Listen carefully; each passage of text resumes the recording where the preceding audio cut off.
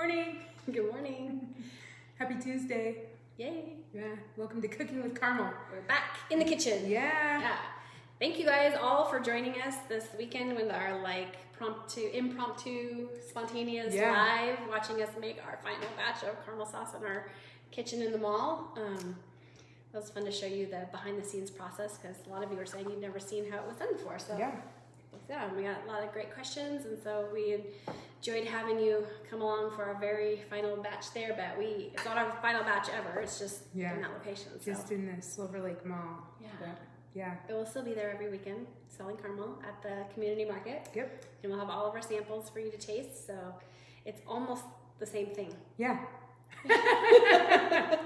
Several people won't be able to stand in the window anymore and watch you. Like peek in. Sometimes it's like, oh my gosh, too close. There's the glass separating us. Yeah. It's funny. But no, we had a lot of good memories there. Yes, I totally agree. Yes. So today we are going to do a little pre-Cinco de Mayo dish. So we're making some tortilla chips with our Chipotle caramel and a fresh mango salsa. So if you got the recipe yesterday, or if you looked at the pictures on Instagram and Facebook yesterday, you'll see the tortilla chips with the salsa, and that's what we're getting ready to do. Yeah. I'm excited. So I think this is a great idea. It is. It's fun. It's easy. It's super tasty. I made some chips yesterday, and we took it to a friend's house, and she's like, "You can just leave these bag of chips here." And I think most of them were gone before the night was over. So we're gonna get started. Here, what I have on my sheet pan, and you can line your baking pan with these silicone mats, or you can do it with parchment paper. Just know that when you go to cut it with, when we go to cut these into our wedges, if you're using parchment paper, you might tear, so you might want to like double layer. You don't want to cut through your parchment paper. So I have my Chipotle caramel sauce here, and I've warmed it up, so it's really, really liquidy. You can do it in a hot water bath, or I just popped it in the microwave for about 20 seconds.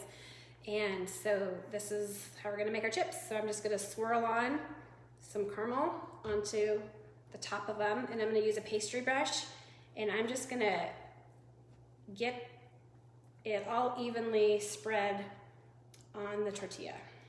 Yeah, you could even use the low-carb tortilla chips so that you don't get as many carbs. You can. I actually tried making these with corn tortillas too, if you wanted to keep it gluten-free. And they were thicker, and they didn't crunch up as well as these do, but I do think that they make tortillas with gluten-free flour that are not corn, and I think this would work just as well with those types of tortillas. I just didn't have any at the house, but I had corn tortillas, so I'm like, I'm gonna try this. But the corn tortillas just weren't as crunchy, so I didn't like how that came out. So I'm gonna, once it's done on one side, I flip it over, and I'm just gonna finish spreading this around on this side. I need to pour some more caramel in there. I saw you stealing that caramel for the last one. I know, I did. I did a little bit more right there. We do want these nice and evenly coated.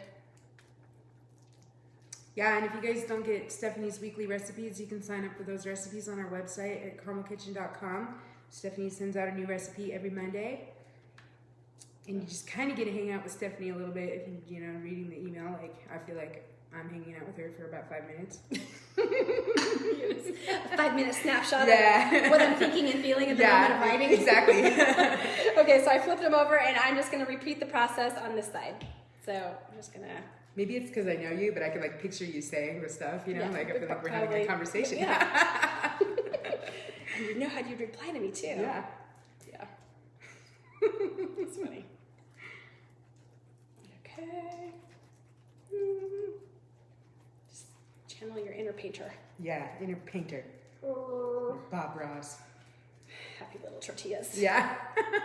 Okay, so there we have it. We have them painted with caramel on both sides. And now, before we put them in the oven, this is super important, we're gonna cut them in wedges.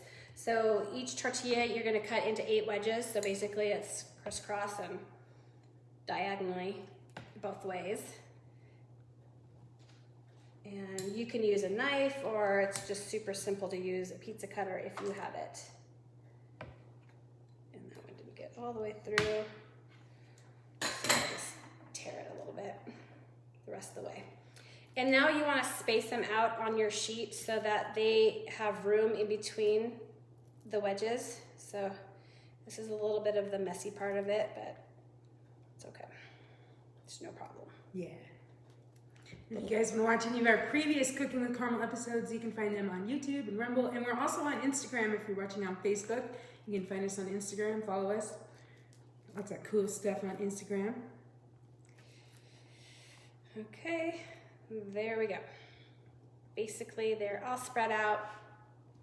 And that just allows them to get crunchy all the way around. So we're going to pop these in the oven. I have my oven heated to 425 degrees. We are going to cook these for 5 minutes, and then we're going to flip them, turn them over, and then we're going to cook them for an additional 4 minutes, and then we're going to take them from the oven. Perfect. You guys don't forget to get your reviews, and you can leave reviews on our Facebook page. You can leave reviews on our website. You can leave reviews on Google. We'll take reviews anywhere.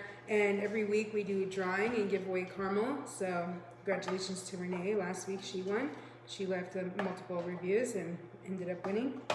She was actually one of the ones that emailed us that was like, how do I leave a review? Oh, I remember How that. do I get in on this? How do I win some caramel? Yeah. So I'm just going to do another batch really quick because they're super simple and super fast, and Elizabeth wants to go home with some chips for her kids. Yeah.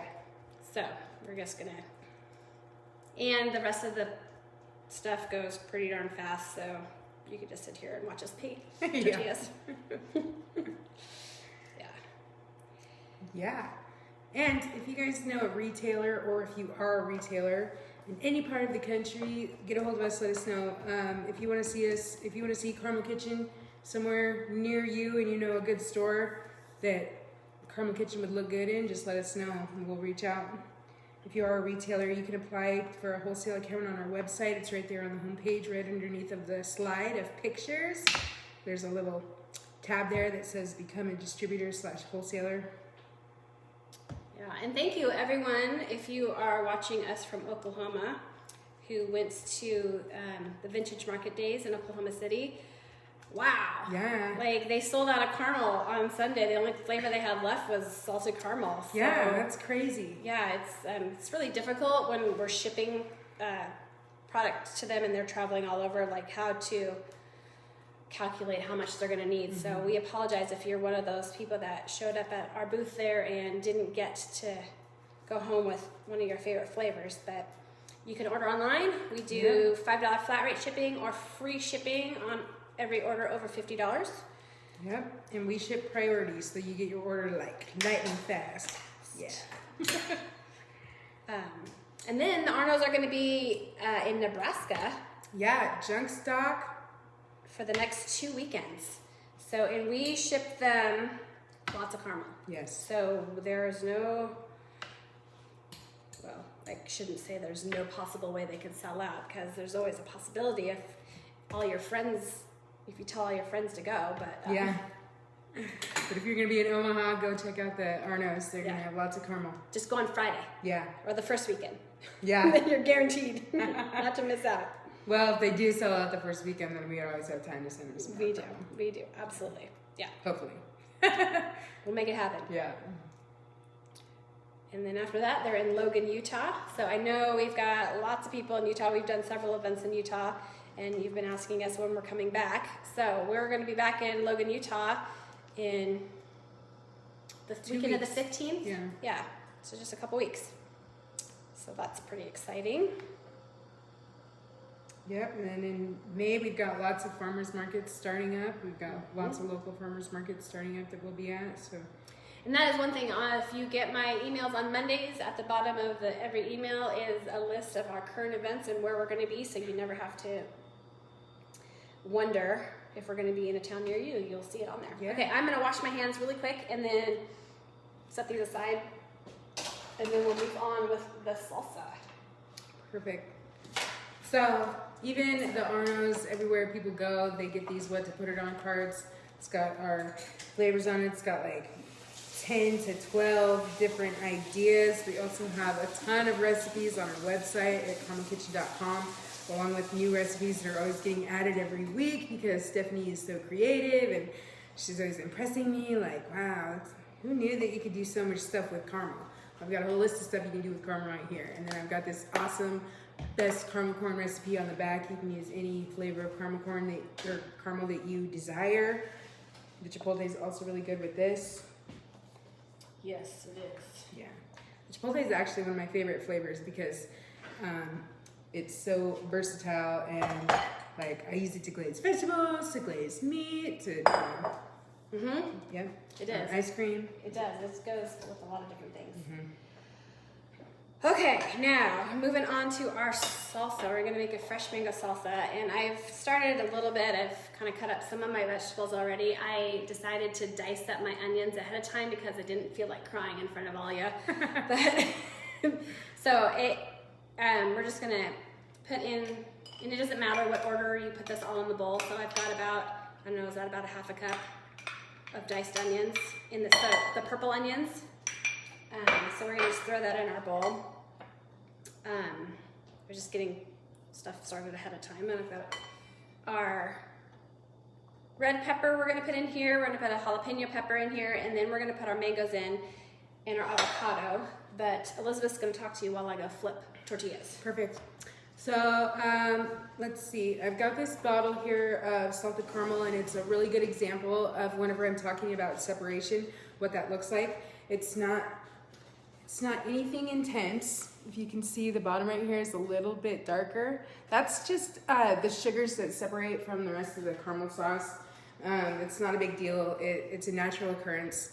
We don't use any preservatives in our caramel sauce, so that being one of the reasons why this happens. And all you gotta do is get a warm cup of water, put your caramel sauce in there, and then shake it up and reincorporate it. And then your caramel sauce is gonna look just brand new, like this one. So we get a lot of calls about if people's caramel sauce is still okay after it starts to separate. It is still perfectly okay. Me personally, I like to keep my bottles like this so that whenever the separation happens, I can use that separation first because it's sweet. It's sweet syrup. It's delicious. So. Okay, we've got that on. I flipped them. They're on for another 4 minutes, and then we'll take them out. We'll let them cool slightly on our rack before we put them in our bowl here. Okay, so let me talk to you about mangoes. Not all mangoes are created equal, and I've made mango salsas before, and I've always used the green ones that you get at the grocery store. Well, recently on spring break, we were at a restaurant, and they made salsa fresh at our table, and they had these mangoes. And I'm like, well, why are you using those mangoes and not the other mangoes? And I'm like, well, these ones are way better in salsa.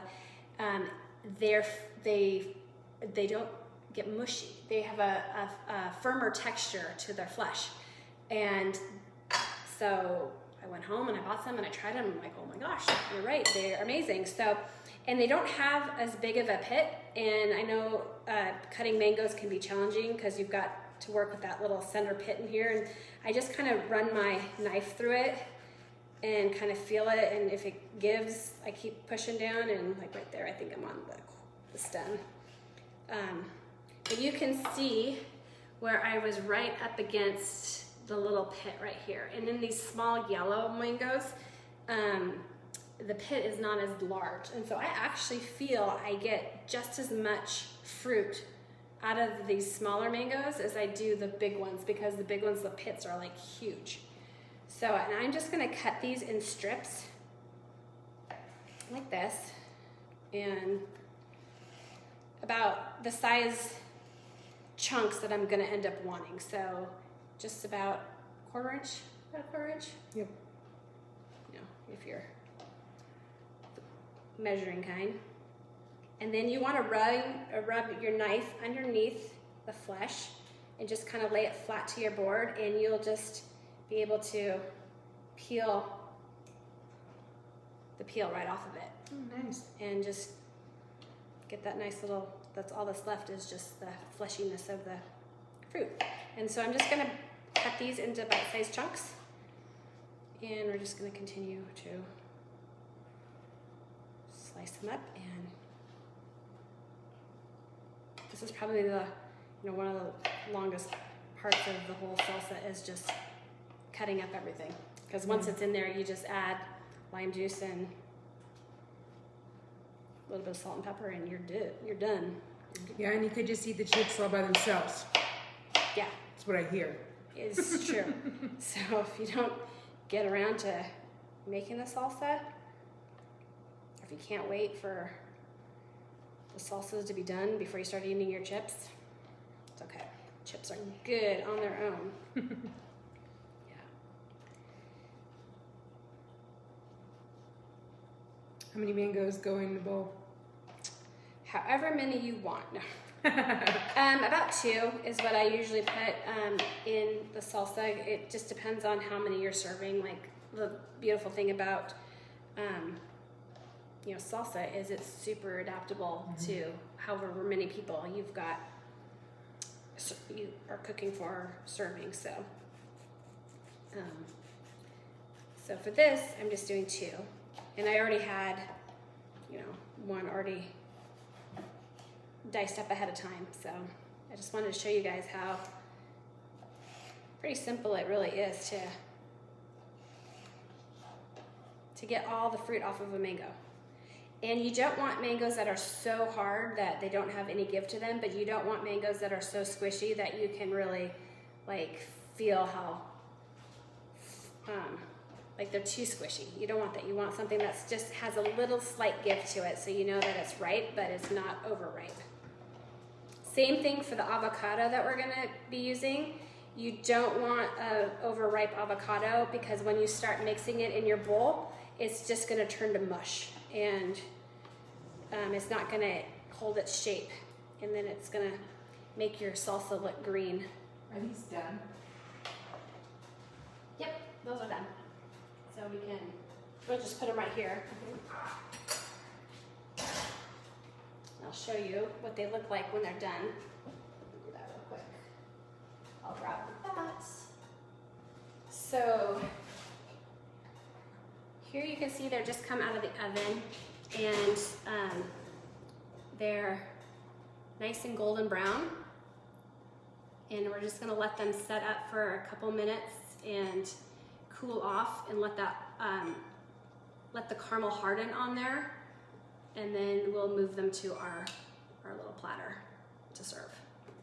But yeah, I sometimes just flip them once they first come out, just to help cool that side that was the hottest on the mat. So there we go. Smells good.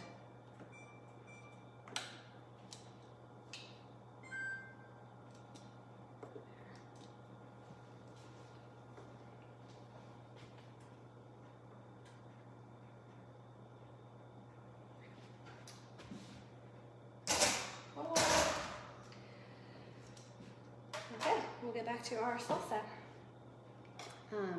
Sometimes the skin sticks a little bit, and you could just take your knife and just kind of cut that part off. So I'm thinking about for next week, because we're going to have a recipe for Mother's Day. And a couple weeks ago, I posted a picture on salted caramel creme brulee. Ooh. So I'm thinking that might be the recipe that we make for Mother's Day next week. So order your salted caramel right now, so Yes. you can follow along and So make you some have salted it. caramel creme brulee. Yeah, creme brulee is like one of my very favorite desserts. Yeah. There's really good creme brulee, and then there's Yeah, this is true. but whenever it's really good, then it's one of my favorites. But Yeah, sometimes I'm not very impressed. I agree with that. Okay, so I'm just gonna add our mango into our bowl.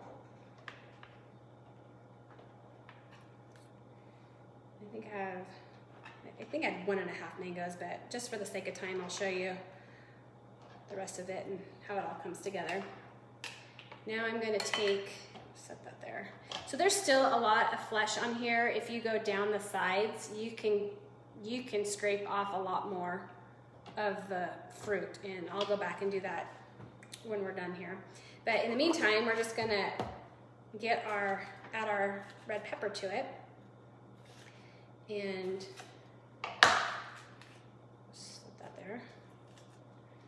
to bang out the seeds. Yeah, Usually I do that over the sink or Yeah. over the garbage can, but for the sake of today, we're doing it over our cutting board and we're going with it. Just a little pesky seed there. Okay. And I'm just going to finely dice these. Not finely, I'm going to coarsely dice these. The onion is definitely a fine dice, and the jalapeno peppers, when we chop those up, those will be a fine dice because that's the way I like it. So you can do what you want with when you're making it on your own, and that's another thing about the beauty of salsa is you can add more or less, like the jalapenos. You can add more jalapeno or less jalapeno depending on how spicy you like it. And I'm not a professional chef, so if you are, I apologize for my knife skills. This is also not our commercial kitchen, just for FYI. This is we've been blessed with the opportunity to use Stephanie's parents' kitchen every week, but at our kitchen we use gloves, hairnets. You know, we don't get to be fun like we get to be here. So we get to be fun. We just don't get to be as free. Yeah. Yes, no, I'm very thankful to have this kitchen here. My kitchen at home, which is where we would probably be doing this if we didn't have this kitchen, is not set up to do this type of work because I have a kind of a galley style kitchen, so they don't have a center island that I can. I'd like not that. a center island either. Yeah. Okay, so we're gonna throw in our red pepper. And now we're gonna dice up our jalapeno. So I already cut the top off of it, and I'm just gonna split it in half, and then I'm going to just seed it, take the core out and take the seeds out. And I'm hopefully gonna remember not to rub my eyes Yeah. afterwards. And there's more seeds that we're just gonna bang out. Okay. And for this, I like to just do long strips. I don't know if you can see it behind the pepper here. You know me, I hate being a messy cook. Stephanie's very, very clean. Freaking out here. There's Clean as you go. So I do really thin strips with my jalapeno.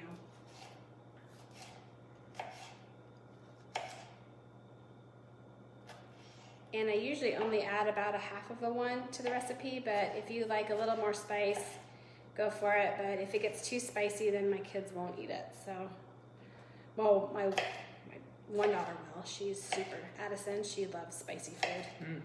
Like the spicier, the better. I've been spicy ever since I've been pregnant, and I am not a spicy person. I've always been like, no, but I find myself eating. It's not funny and because usually you would think that like in pregnancy you can't tolerate spice because it would cause like indigestion or heartburn, and body does weird things when you're pregnant. It is. Yeah, I remember that. I remember with my oldest daughter craving popcorn when I was pregnant with her, and I was so sick because the only thing I could eat was popcorn. So I went out and bought like the Costco box of popcorn, and it's what I lived off of. And then when I got pregnant the second time, I'm like, okay, I know what to do now. Gotta get my popcorn. Gotta get my popcorn. I started getting sick again. I popped one bag of popcorn, instantly was sick. Yeah. Like, okay, I can't do popcorn. Who knew? So each one's different. Okay, so we've got our avocado here. That's the next thing that's gonna go in, and so I'm just gonna, and you can put in, I usually put in like at least one, if you, just depending on the size of your avocado, you can do one or two. There we go. Got the seed out, and I just like to use a butter knife. I've got one of those little fancy avocado slicer and dicers from Pampered Chef that I have at home that I use all the time, but I left it in the sink, so I'm just using a butter knife, and it works just as well to cut through the soft flesh of the avocado. So I'm gonna just dice this into chunks and just do it all right inside of the avocado itself. And then I just take a spoon And I'm just gonna spoon out, I'm just gonna run my spoon down along the inside of the skin, and it's just gonna pop out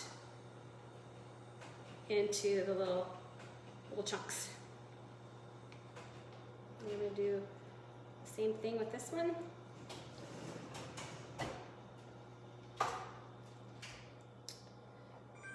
I didn't always love avocado, but the older I get, the more I love it. Like, I literally could not eat avocado as a kid.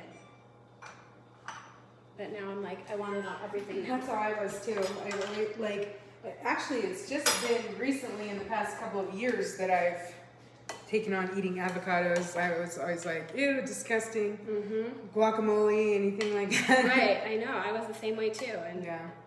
I still am not a huge guac fan, but I do love having an avocado, putting some salt and pepper on it, and just eating it with a spoon.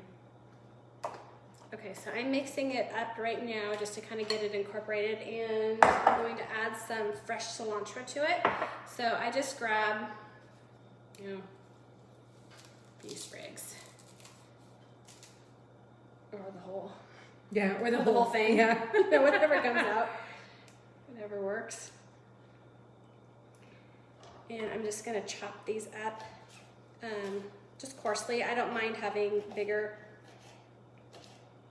leaves of the cilantro in the salsa. And I'm actually not a huge cilantro fan either. My two girls absolutely love cilantro, but for whatever reason, I really like it in the salsa. So,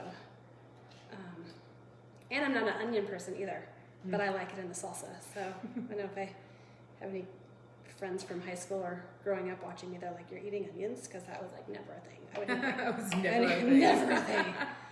Like, your taste buds do change as you get older. Okay. So that's coarsely chopped, and so that's a quarter cup worth about going in. And now we're just going to dress it up with a little bit of lime juice and salt and pepper. Keep that there, stick that there. Clean up my mess.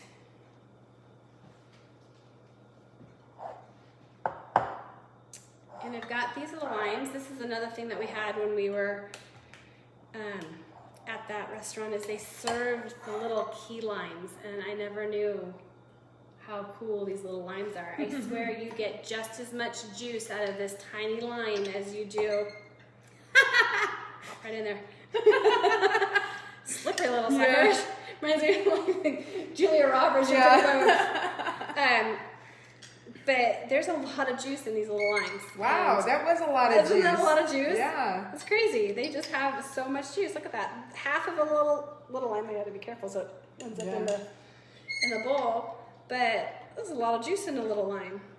So I put about 4 to 5 whole little limes in here. So if you don't have the little limes and you have the big limes, you can probably, I don't know, 1 to 2, or probably at least 1.5 limes. But like I said, with salsa, this is perfectly customizable. You can just put in as much lime juice as you like. I like a little bit more limey flavor, and it helps keep your salsa fresh. So this is 4, 2, 1, 2, no, this is 3. Okay, I'm gonna do 1 more. Smells good. I love the smell of fresh lime juice too. Look at that.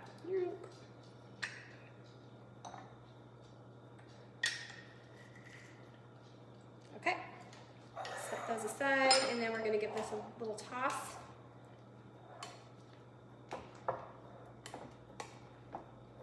Get it all incorporated. And now to finish off the salsa, I'm just going to sprinkle on a little salt and crack some fresh ground pepper over it. And that's the last batch of chips. Yep. And we're gonna give this one more toss. And this salsa, you guys, is super yummy on fish tacos. So if you want to do something a little different for your Cinco de Mayo, you can make up a big batch of this, serve some of these Chipotle chips, and have like fish tacos for dinner. And your salsa will go with both. But doesn't that look pretty? I just love the colors of the fresh salsa. The purples, the reds, the yellows, the greens, and it is super, super healthy. Oops, take those out of our chips.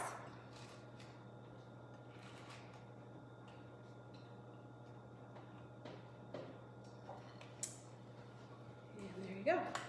So by the time you're done making your salsa, you've got a couple of batches of chips made.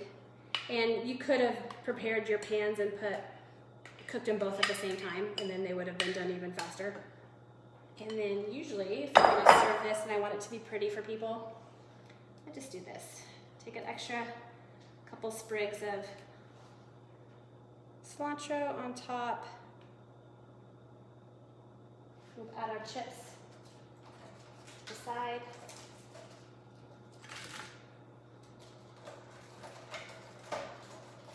So you can see how they've been cooling here for a few minutes, and they're totally hard and crunchy. And you can see, like, if I go to break one, they're super crunchy.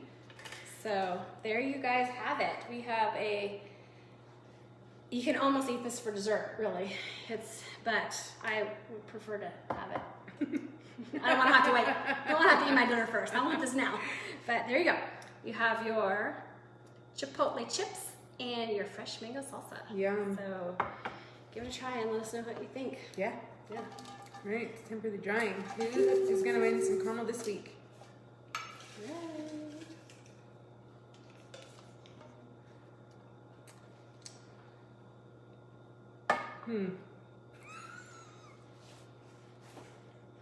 Starts with a T. I know who you are. I don't want to butcher your name. Right? And we used your review on the email, I think, just last week, or maybe it was the week before. Is it Taya? Is it Taya? Taya 4G? You're on my Facebook, so I can find you. That's right. We know how to find you, but congratulations and thank you so much for leaving us a review. Thanks for the review. We really appreciate it. And you guys, we do this every single week. Get your reviews in. We would love to send you some free caramel. Yeah. Cool. I think that's it for today. We'll see you next week. Yeah, we'll be back. All right. Chips and salsa time.